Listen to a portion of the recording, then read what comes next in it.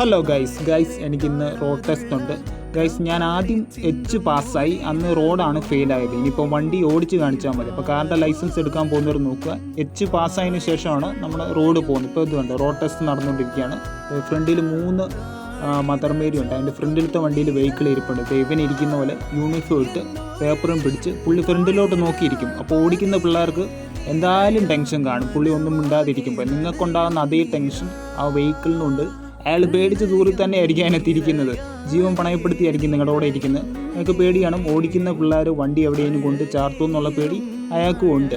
നിങ്ങളിത് നോക്കിക്കേ, 1 മണിക്കൂർ കഴിഞ്ഞപ്പോൾ എനിക്ക് മെസ്സേജ് വന്നു. പാസ്സായ സന്തോഷത്തിൽ ഞാൻ കടയിൽ നിന്ന് കടലമുട്ടായി നാരങ്ങ മുട്ടായി തിന്നുകൊണ്ട് വരുന്ന വഴിയാണ് ഞാൻ ഒരു സാധനത്തിനെ കണ്ടത്. നിങ്ങൾ ആ കല്ലേലോട്ട് നോക്കിക്കാൻ ഞാൻ സൂം ചെയ്ത് കാണിക്കാം.